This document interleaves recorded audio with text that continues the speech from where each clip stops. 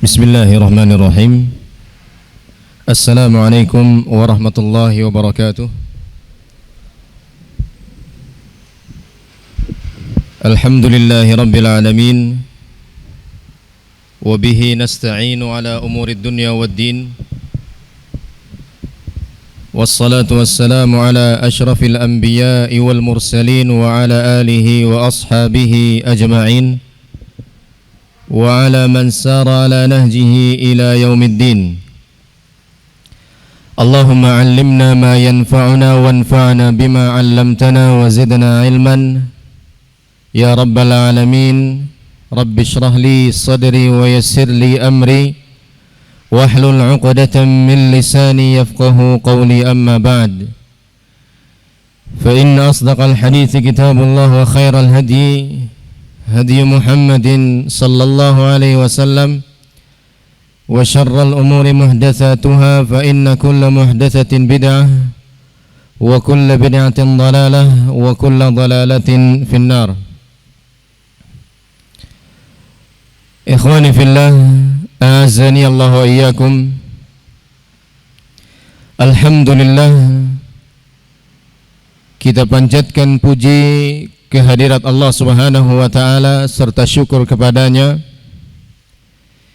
yang dengan segala kemudahan dari Allah Subhanahu wa taala kita bisa berjumpa lagi dalam majelis ini setelah sekian lama, tidak kurang dari 1 tahun lebih. Allah Subhanahu wa taala memisahkan kita semua,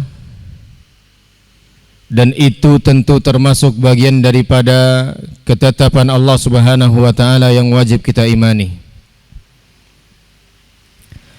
Maka ma'asyiral muslimin, a'azzani Allah wa iyyakum, ikhwani fid din wa akhwati, mudah-mudahan Allah Subhanahu wa taala terus mengabadikan ukhuwah kita, sekalipun barangkali di dunia ini kita tidak bisa berjumpa, terus berkumpul. Kita berharap dan memohon kepada Allah Tabaraka wa Ta'ala agar mengabadikan ukhuwah kita ini bahkan sampai nanti ke jannahnya, amin ya rabbal alamin. Ikhwani wa akhwati fid din, a'azzani Allah wa iyyakum. Sebagai seorang manusia, kita tentu mendambakan ketentraman jiwa,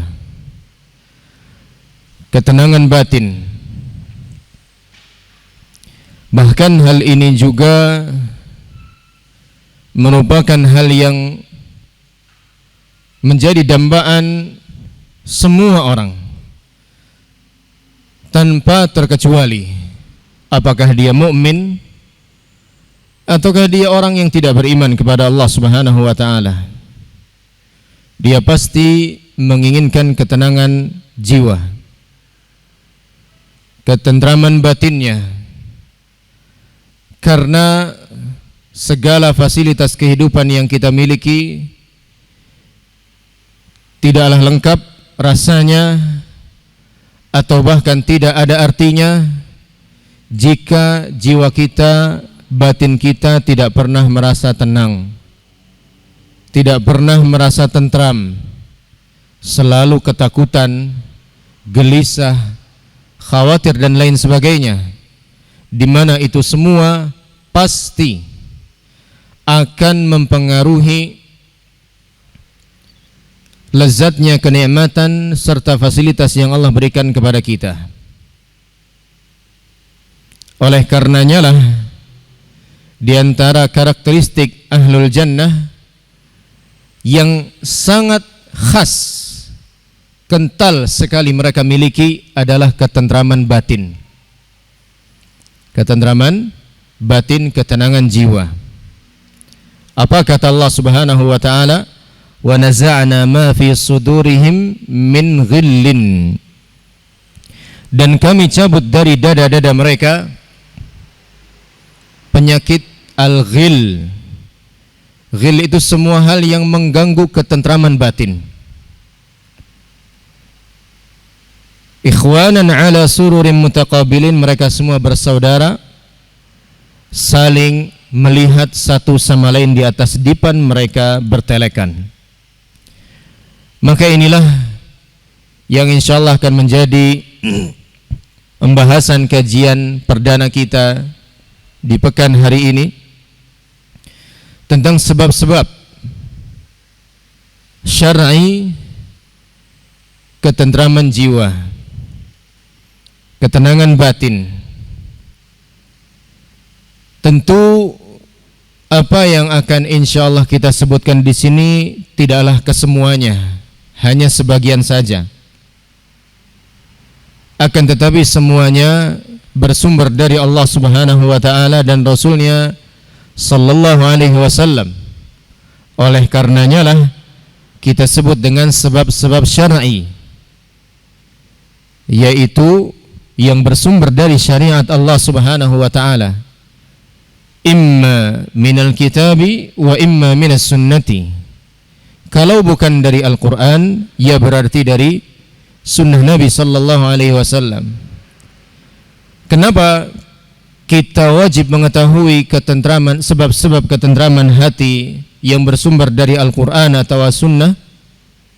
Pertama, karena ketentraman hati merupakan dambaan kita semua. Kedua, karena yang memberikan ketentraman hati adalah Allah Subhanahu wa taala. Sehingga Allah Subhanahu wa taala lah yang paling tahu mana hal yang benar-benar menjadi sebab datangnya ketentraman hati, datangnya ketenangan jiwa. Bukan berarti kita sedang mendiskreditkan ilmu pengetahuan ahli jiwa misalnya, tidak. Akan tetapi apa?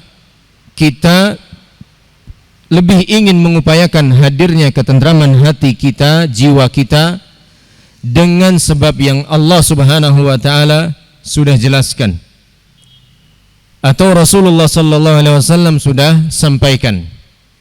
Dan apa yang Allah sampaikan pastilah benar. Tidak mungkin Allah Subhanahu wa taala menyampaikan kebatilan.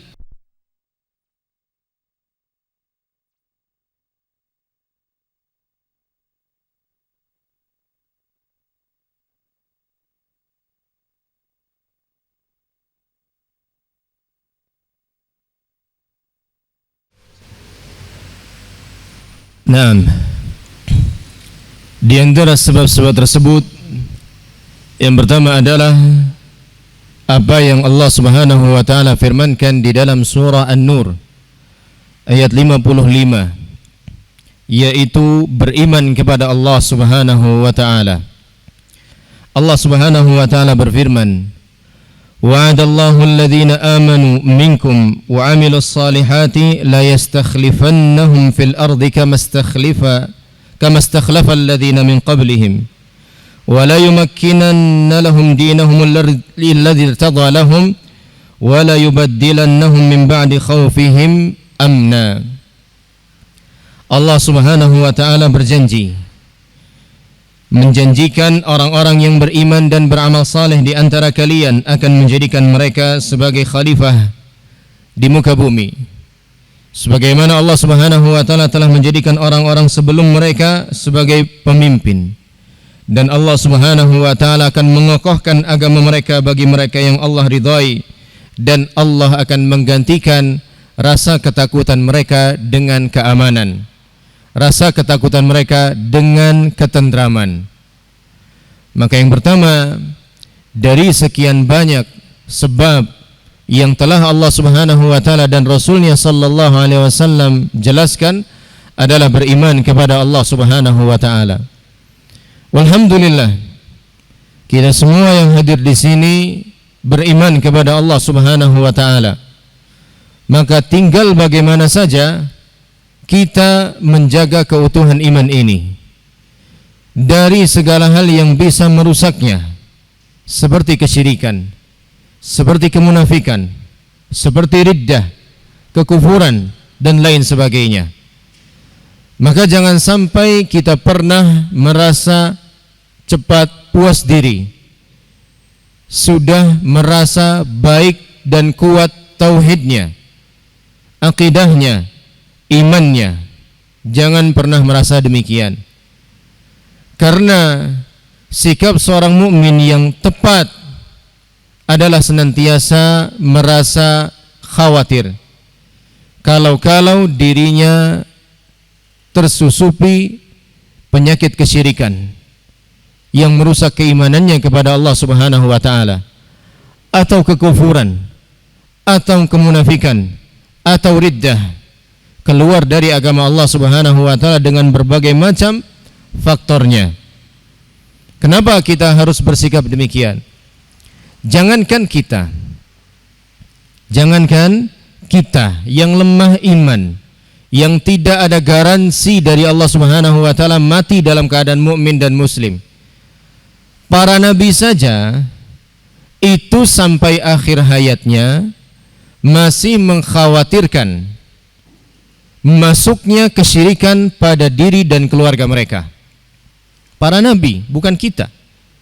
Padahal para nabi adalah orang-orang yang pasti kuat imannya, pasti meninggal dunia dalam keadaan beriman kepada Allah, tapi masih mengkhawatirkan keselamatan diri dan keluarganya dari kekufuran dan kesyirikan. Apa doa Nabi Ibrahim alaihissalam kepada Allah Subhanahu wa taala teruntuk diri beliau dan anaknya? Wajnubni wa baniya an na'budal asnam rabbi innahunna adlalna katsiran minan nas. Ibrahim 34 dan 35. Ya Allah, jauhkanlah aku dan anak keturunanku dari peribadatan kepada berhala. Kira-kira Nabi Ibrahim ada kemungkinan nyembah berhala enggak? Enggak ada. Tapi ternyata beliau masih minta perlindungan kepada Allah Subhanahu wa taala untuk jangan sampai nyembah kepada berhala. Terus anaknya Nabi Ibrahim siapa dan siapa? Nabi Ismail dan Nabi Ishak alaihi salam. Nabi atau orang biasa? Nabi. Kira-kira Nabi bakal nyembah berhala enggak? Enggak. Tapi Nabi Ibrahim alaihissalam sebagai seorang bapa masih mengkhawatirkan itu. Bukan berarti enggak percaya kepada Allah, akan tetapi beliau tetap berusaha untuk tahu diri sebagai seorang hamba Allah Subhanahu wa taala, dan itu tentu sebagai teladan buat kita semua. Nabi Yakub alaihissalam sebelum meninggal dunia, apa wasiat beliau kepada anak-anaknya? Am kuntum syuhada idh hadara Yaqub al-maut idh qala li banihi ma ta'buduna min ba'di. Tidakkah kalian menjadi saksi ketika kematian mendatangi Nabi Yaqub alaihissalam? Apa yang beliau katakan kepada anak-anaknya? Ma ta'buduna min ba'di. Kalian nanti akan menyembah siapa sepeninggalku? Pertanyaan Nabi Yakub kepada anak-anaknya. Padahal di antara anak-anak Nabi Yakub ada Nabi siapa? Yusuf alaihissalam. Bapaknya Nabi, anaknya Nabi. Udahlah, nggak mungkin meninggal dalam keadaan tidak beriman. Udah nggak mungkin lah. Pasti dijamin oleh Allah Subhanahu wa taala keimanan seorang nabi. Toh demikian masih juga beliau berdoa kepada Allah. Pertanyaannya, mana siapa yang lebih harus berdoa minta perlindungan dari kesyirikan kepada Allah, kita atau beliau-beliau? Ya jelas kita. Kita ini orang biasa. Kita ini bukan nabi. Kita ini tidak ada garansi dari Allah Subhanahu wa taala mati dalam keadaan mukmin. Makanya kita butuh usaha yang ekstra untuk menjaga keutuhan iman kita. Apalagi yang namanya bentuk-bentuk kesyirikan itu terus terupdate, terus terperbaharui. Ya, seperti istilah-istilah orang sekarang ketika mengagumi skill temannya. wah dia itu skillnya udah tingkat dewa. Pernah dengar istilah kayak begitu? Oh, skillnya orang itu udah tingkat dewa lah, udah nggak diragukan lagi. Coba, dewa itu keyakinannya siapa? Apakah keyakinannya seorang mukmin atau seorang musyrik? Seorang musyrik, ya. Tapi ucapan ini diikuti dengan latah barangkali begitu ya oleh sebagian kaum muslimin. Wah, kemampuan dia mau udah tingkat dewa lah levelnya begitu, ya. Ada lagi ucapan apa? Dewi Fortuna, sama aja, ya, Dewi Fortuna. Misalnya ada satu tim yang terus membombardir gawang lawannya, tapi ternyata ujung-ujungnya malah dia yang kalah, ya. Ada ungkapan gimana keluar, Dewi Fortuna belum berpihak pada tim A ini, ya. Satu pihak, satu sosok yang diyakini oleh orang-orang Yunani, ya, sebagai dewi pembawa keberuntungan, ya, Fortuna, ya, keberuntungan bagi mereka. Nah, ini kalimat-kalimat kufur, kalimat-kalimat yang kalau diyakini lahir batin bisa membuat orang yang mengucapkannya keluar dari Islam, keluar dari iman kepada Allah Subhanahu wa ta'ala. Jadi yang pertama adalah keimanan kepada Allah Subhanahu wa ta'ala, dan keimanan ini bukan cuma sekedar pernyataan belaka. Harus ada upaya keras dari kita untuk menjaganya dan menyempurnakannya, karena akidah Ahlussunnah wal Jamaah mengatakan bahwasanya iman bisa bertambah, bisa berkurang. Yazidu bit ta'ah wa yanqusu bil ma'siyah. Bertambah dengan ketaatan kepada Allah, berkurang dengan memaksiati Allah Subhanahu wa ta'ala. Iman bisa naik, pasti turun gitu ya. Kalau turun udah pasti, kalau naik sifatnya bisa. Karena apa? Iman itu kita butuh pertahankan. Kalau enggak dipertahankan levelnya, pasti dia akan turun, ya. Bisa bertahan itu udah bagus. Kebanyakan kita turun. Ntar keluar dari majelis ini mulai turun dikit-dikit imannya, ya, sampai ke rumah, sampai ke kesibukan masing-masing. Makanya kita butuh usaha yang ekstra untuk meningkatkan keimanan dan menjaga keutuhannya. Dan keutuhan iman ini harus kita upayakan bukan hanya pada diri kita saja, tapi juga pada keluarga kita. Apalagi bapak-bapak sekalian yang sudah diamanahi keluarga oleh Allah Subhanahu wa ta'ala, itu tanggung jawab besar. Ya ayyuhalladzina amanu qu anfusakum wa ahlikum nara. Wahai orang-orang yang beriman, jagalah dirimu dan keluargamu dari api neraka. Ali bin Abi Thalib radhiyallahu ta'ala mengatakan, cara menjaga keluarga kita dari neraka adalah dengan cara bagaimana? Mengajarkan agama kepada mereka. Kita nggak cukup ya cuma sekedar apa istilahnya ya, mewanti-wanti gitu, awas hati-hati kamu jangan sampai masuk neraka ya nanti kalau mati. Kalau cuma begitu doang, anak juga udah tahu ya. Tapi caranya gimana supaya nggak masuk neraka, itulah yang menjadi tugas kita, memberitahu mereka. Ini loh kerjaan yang bisa bikin kamu masuk neraka. Ini loh ucapan yang bisa bikin kita bapak atau abi juga masuk neraka. Maka jangan diucapkan, maka jangan dilakukan. Terus kalau kita nggak punya ilmu, maka apa solusinya? Sekolahkan mereka di tempat-tempat yang fokus memberikan pendidikan agama, ya. Sehingga apa? Berarti kita sudah memberikan jalan kepada mereka untuk paham, untuk tahu mana jalan yang mengarahkannya ke surga, mana jalan yang mengarahkan dia ke neraka. Tinggal kita pilih yang mana saja, mau kita ajari sendiri atau kita percayakan kepada orang-orang yang memang memiliki kapasitas untuk mengajari anak kita. Intinya itu merupakan usaha yang bisa kita lakukan untuk menjaga mereka dari api neraka, sebagaimana yang dikatakan oleh sahabat yang mulia Ali bin Abi Thalib radhiyallahu taala anhu. Kemudian yang kedua, al-imanu biqadarillahi subhanahu wa ta'ala. Beriman kepada ketetapan Allah Subhanahu wa ta'ala.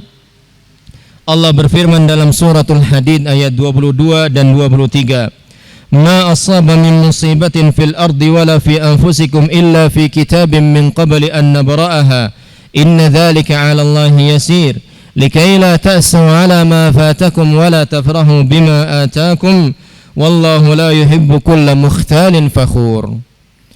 Apa saja musibah yang menimpa kalian, entah musibah yang menimpa di bumi kalian, kemarau panjang, paceklik, gempa bumi, tanah longsor, banjir, dan sebagainya, atau menimpa pada diri kalian, sakit yang tidak kunjung sembuh, ekonomi yang tidak kunjung membaik, pekerjaan yang belum juga didapatkan, dan seterusnya, melainkan hal itu semua sudah ada dalam catatan kami sebelum kami adakan semua musibah itu.